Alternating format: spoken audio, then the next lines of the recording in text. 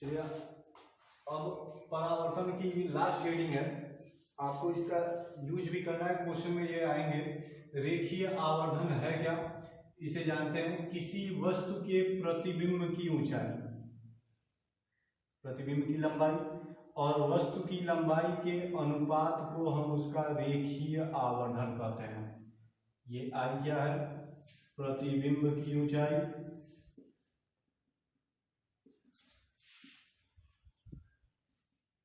और ओ क्या है, तो वस्तु की ऊंचाई।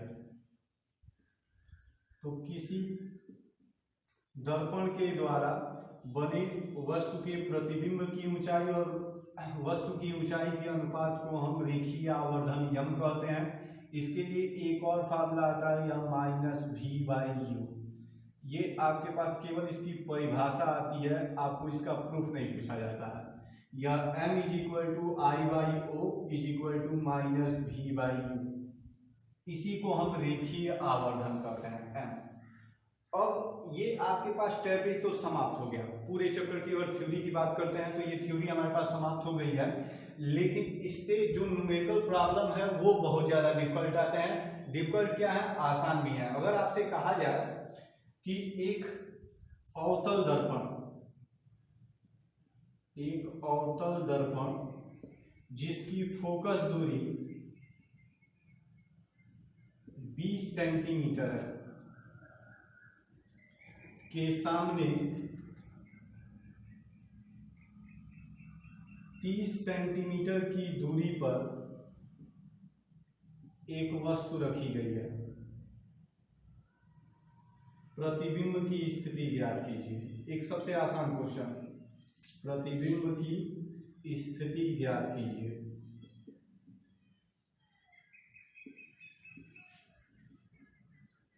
देखते हैं, अवतल दर्पण है।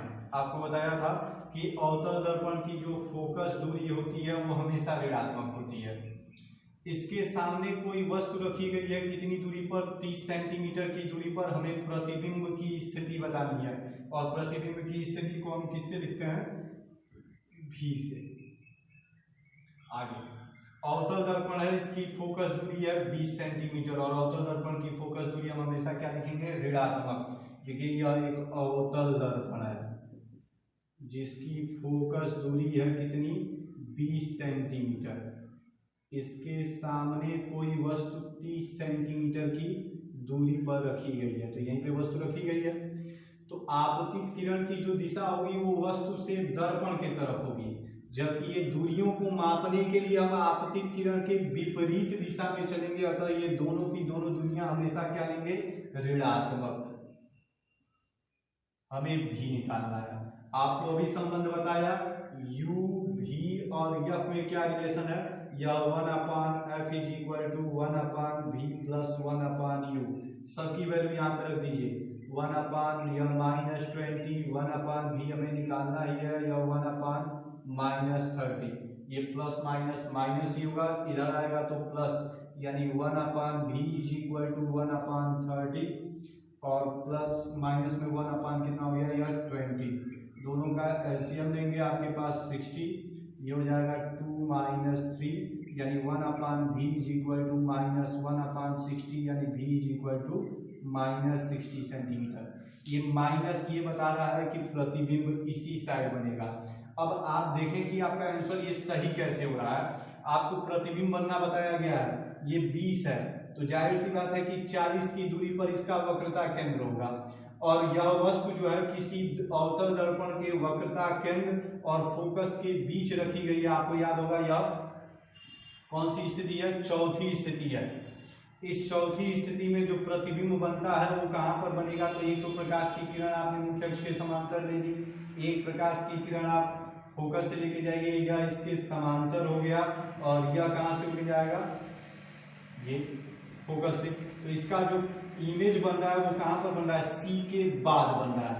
C के बाद बनने का मतलब इसकी जो दूरी होगी वो 40 से अधिक होना चाहिए, और देखिए ये 40 से अधिक है। अगर ये 40 से कम आएगा इसका मतलब आपने कहीं ना कहीं क्वेश्चन में गलती की है। अगर यहीं पर ये क्वेश्चन रहता कि जरा समझेंगे इसे, कि अगर यह वस्तु जो है इस वक्रता केंद्र पर रखी गई है, तो यह आपके पास तीसरी स्थिति थी। तो जब वक्रता केंद्र पे रखी गई है तो इसका प्रतिबिंब भी कहां पर बनेगा, वक्रता केंद्र पर ही। इसी क्वेश्चन में हम अवतल दर्पण की फोकस दूरी 20 सेंटीमीटर है, 30 सेंटीमीटर की दूरी पर एक वस्तु को रखे हैं। इस क्वेश्चन को चेंज कर दिया, यहाँ पर 40 सेंटीमीटर कर दिया, तो प्रतिबिंब की स्थिति बतानी है। तो ये भी क्या होगा हमारे पास, -40 सेंटीमीटर होगा। ये भी आपके पास -40, ये फिर वही कहानी, यहाँ पर 40, दोनों का लघुत्तम लेंगे तो 40, ये हो गया आपके पास 1 और ये हो गया आपके पास 2, तो ये हो जाएगा आपके पास -1/40, यानी ये क्या आ जाएगा आपके पास -40 सेंटीमीटर। ये स्थिति थी कि अगर वस्तु जो है वक्रता केंद्र पे रखी गई है तो उसका प्रतिबिंब भी वक्रता केंद्र पर बनेगा। अगर यहीं पर ये बिल्कुल यही क्वेश्चन कि आप 20 सेंटीमीटर की फोकस दूरी का अवतल दर्पण ले लिए, अब आपको जितना मन करे इसकी दूरी बढ़ाते घटाते रहिए, आप क्वेश्चन बना सकते हैं इसके लिए। अब इससे आगे जो इसमें यंग से संबंधित क्वेश्चन होते हैं, कभी कभी ये भी क्वेश्चन आता है कि बताइए कि इसकी प्रकृति क्या होगी, वस्तु की प्रकृति क्या होगी। तो इसके लिए हम एक टेबल तैयार कर रहे हैं, उस टेबल को आप अपने दिमाग में रखे रहें, फिर या आवर्धन की बात की जाएगी, आवर्धन से जुड़े हुए क्वेश्चन भी हम लोग लगाएंगे। तो पहले चाहे वो कोई भी दर्पण हो, अवतल हो या फिर उत्तल, दर्पण दो ही तरह के, ये हो गया दर्पण, इनमें 3 दूरियां मापी जाती थी, एक है U, एक है F और एक है V। V को हम थोड़ा अलग लिख रहे हैं क्योंकि इमेज 2 तरह के होते हैं, एक होता है आभासी और एक होता है वास्तविक। देखते हैं, U चाहे अवतल हो चाहे उत्तल हो, इसके लिए हमेशा ये निगेटिव ही होगा।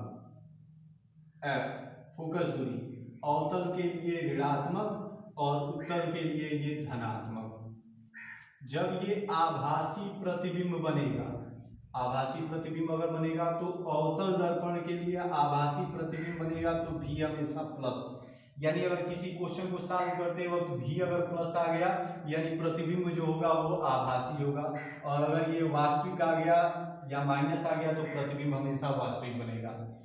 उत्तल दर्पण में हमेशा आभासी प्रतिबिंब ही बनता है, इसमें वास्तविक प्रतिबिंब कभी बनता ही नहीं। मतलब किसी क्वेश्चन में आप जो है सॉल्व कर रहे हो और उत्तल दर्पण के लिए V का मान माइनस आ जाए, इसका मतलब आपने कहीं ना कहीं गलत कर दिया है। उत्तल दर्पण के लिए कभी भी V माइनस नहीं आ सकता, अवतल के लिए V प्लस भी आ सकता है और माइनस भी। माइनस आएगा मतलब कि वास्तविक, और आप यह आभासी आएगा तो ये क्या होगा, प्लस। जैसे अगर आपसे एक क्वेश्चन और आ गया कि वही अवतल दर्पण जिसकी फोकस दूरी 20 सेंटीमीटर थी, इससे जो है 10 सेंटीमीटर की दूरी पर एक वस्तु रखी गई है, प्रतिबिंब की स्थिति और प्रकृति बताइए। क्या लिखेंगे आप formula, 1/f is equal to 1/v plus 1/u से 1/-20 1/v प्लस 1/-10, ये माइनस होगा, इधर आएगा प्लस, यानी 1/v is equal to 1/10 minus 1/20, दोनों का एलसीएम 20, ये 2 - 1 यानी यह 1/20, यानी v की जो वैल्यू होगी वो कितनी आएगी, 20 सेंटीमीटर।